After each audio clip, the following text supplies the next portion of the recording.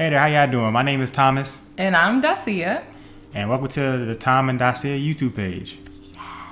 So why did we decide to start this YouTube page? So we have a ton of content that we've collected over the past 4 years. And some of it was even before you actually knew that I was going to be an instrumental part of your life.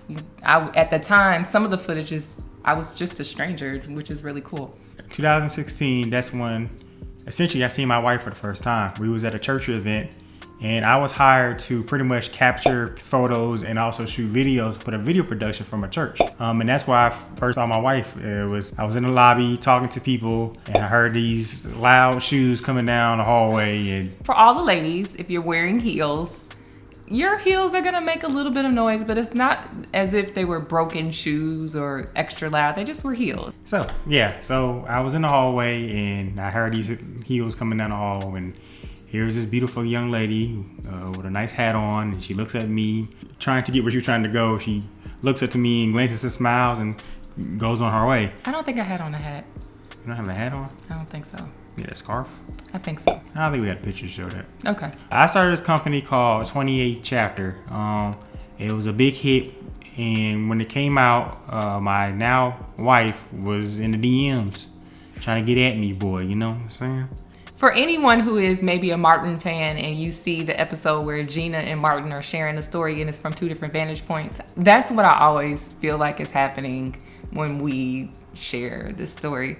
He's gonna give his version, which, you know, is a little machismo, a little extra. It's got a little umph to it on the male side, and mine is a little different. And it's all good. So it's just funny. He always likes to coin it that I slid in his DMs. But essentially, I was working on a new project. I had just been assigned as a producer for a new show that was coming out. There were just a few projects that I was working on and I needed some support. And meanwhile, I was trying to figure out how to take our church brand to the next level. And lo and behold, I saw this video and I had to say, and it really made me stop at my tracks at that time, especially in 2016. You didn't see as much video content out there. It was not as popular as it is in 2020. But I just saw what Thom could do. And I didn't know him at all, but I said, okay, I need to connect with this person because I think that there's work that he can be an instrumental part of, an integral part of the work that I'm working on. So I did not know that it would be more than that. He would end up being an integral part of my life. At the time, I just thought I was looking for somebody to get the work done, but he puts in work on a lot of different levels in my life now.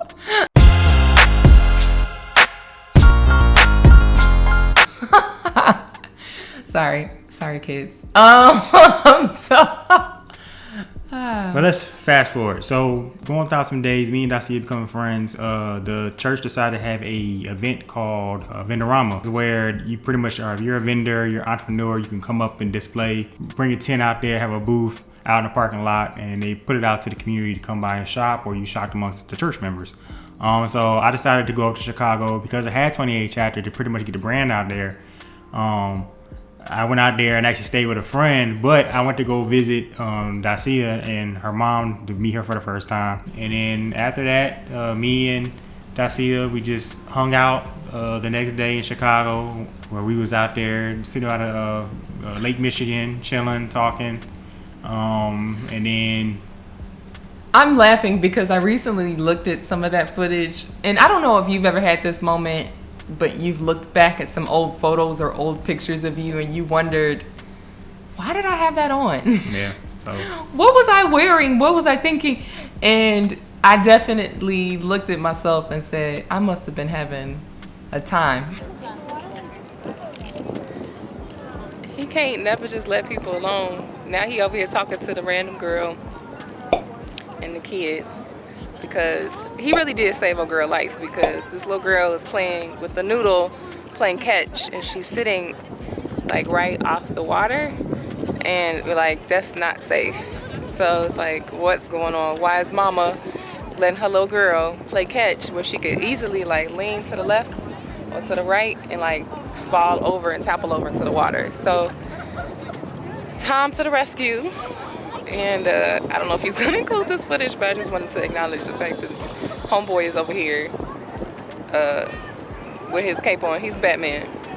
He always wanted to be Batman, and I think he's actually saving the day.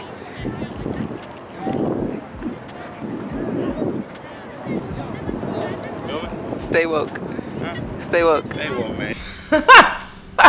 Yeah, so, but, I mean, it's okay. I know me, half this footage you're going to see coming up, I was super rough. I just recently cut my hair after 4 years. And that was the first event. Went back to Atlanta and then flew back to Chicago because 3 weeks later, it was a brother having another event called Family Fun Day. And he pretty much gave me like exclusive vending rights to just come out there and sell shirts. And this time, so Dacia was at the time staying with her mom. So I was staying with them.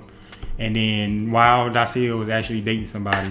It sounds crazy now, but it somehow made sense at the time. Like, it definitely did. Yeah. It made sense at the time because, again, to me, Thom was just Thom. He was just my guy friend that was cool, and we worked on stuff together. Yep. And essentially it's cool because that is what threads us through even now, is that at times I still look at you. You're my friend who I work on stuff with. Things make it weird because I was in the, you know how people say they in the friend zone? I was in the brother zone, the little brother zone. Yeah. So I climbed out the little brother zone for y'all who inspired. Because I am older. Again, we have another event in Atlanta, which was the health day that one of the sisters threw. So this so happened to happen around I don't know anything close about our story. to Dacia's birthday at the time. So I decided to go ahead and just, hey, come down because they was petition her to say, look, they would like you perform at this event. I was also selling clothes there, so this time she stayed at my mom's house at the time. We went to the expo and she performed and she did great. And I think that's when I really started to kind of look at her a little bit more differently because she was looking real cute with my shirt on. She was there performing, looking at her eyes glistened up a little bit. And it's funny because that's when I first met her best friend Rhonda for the first time, and Rhonda was just like have her eyebrows looking at me like, "What's up with you and Dacia?" And I was like, "Oh, we just cool. We just friends, I wasn't thinking nothing about it, Which Rhonda was like looking at me like, "Yeah, okay." Rhonda is so protective of me. Her eyes up. And so at the expo, we end up going back to my parents' house, and we actually was trying to shoot this never released music video I have of my wife because she, once again, being so very critical about how she looks like on camera. She just pretty much dropped all that footage that we shot in one day. It was me, her, and another brother.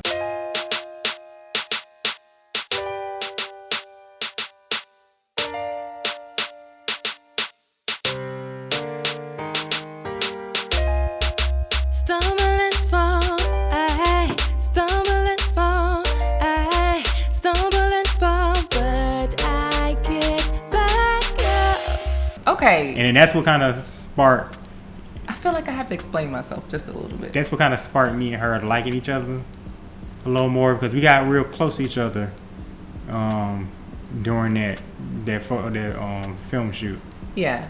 As a disclaimer, anytime that you're filming something, you want to make sure that it's not only capturing the vision, but also that you are looking well on camera or, at least somewhat looking cool. And it's the same thing as when you're recording yourself. You don't know exactly how you sound. Sometimes you don't realize how you're going to show up on camera until it's happening. You're like, oh, I wish I would have seen some of this footage beforehand because now, no. Wrapped up the video, and then the next day I wanted to take her to Stone Mountain to give her that experience. And I mean, she really got that experience. But I think going on top of the mountain was great. And then I think when we came back down and we had to hurry and rush her to get to the airport. And as soon as, I dropped her off the airport, that's when I realized something was missing. And then I think she could speak upon her on her behalf. Yeah, it was really odd. So during the whole trip, when we were in Atlanta, again, as far as I was concerned, you were still just my friend at that point. And I enjoyed hanging out with you, but it was nothing like that I was even really trying to get at you or secretly hoping that you identified me as a potential mate. We were just chilling. But when I come back home and when I'm in the airport, I'm usually very happy to be home because Chicago is always home. And this time when I got to the airport, I got back to Chicago, and it did not feel like home. It felt like I wanted to go back to Atlanta instead of staying in Chicago.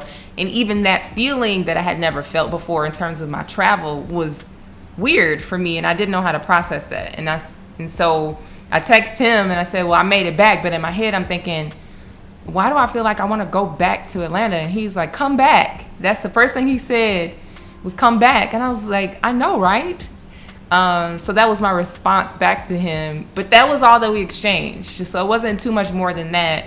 And I just kind of kept it moving, went home, and spent the next couple of days perplexed because I had this new feeling that I felt like I wanted to be back in Atlanta, but I didn't understand that at all.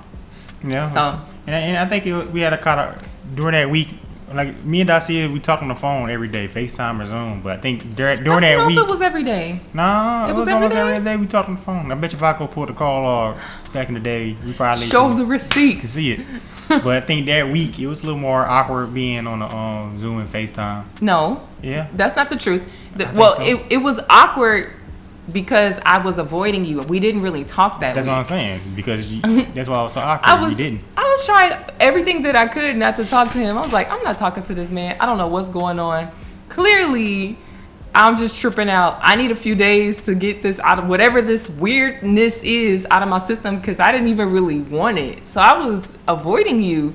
And then you called me one day and then I guess I did not intentionally miss your call when you called to talk to me. I didn't. I just missed it. And so I had finally picked up my phone and I saw you had text me and you were basically yelling at me over text like, Dacia, where are you? Pick up your phone. And I'm like, she always picks up the phone up. What? Why is he yelling at me? And so I had never really seen you have a sense of urgency to talk to me in that way. So it wasn't so much he was really yelling, but it was just this urgency that I had never seen from you. And so that was even making me feel weird. Like, why you need to talk to me so bad? Like, I could not talk to you because I'm trying to create distance. And he just wasn't going for it. So no, it's persistence. Yeah. But so the next following week, or I think the next following day, one of the brothers in the Baltimore camp hired me to shoot his wedding, him and his wife. I went up there, shot photos, and I so happened to be originally from Virginia, outside of Richmond. And then I decided to take a day trip down to see my grandfather and see some of my family members. And I stayed there for a couple of days, and that's when that sense of urgency call that Dacia was trying to get. That's when I felt I was getting stronger and connected, and that's when I called her and I was like, you know what? I think you like me, and I think I like you, and I think the audacity. We got something special going on here. We should pursue what it is. Next thing you know, we was pretty much locked in.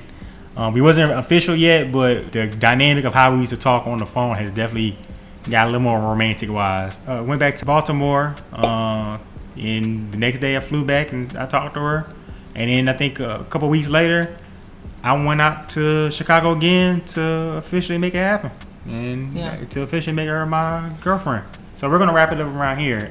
Be sure to hit that subscribe button, hit the like, share it, because we got a lot of content that's coming to you soon. Stay tuned. Peace. Bye.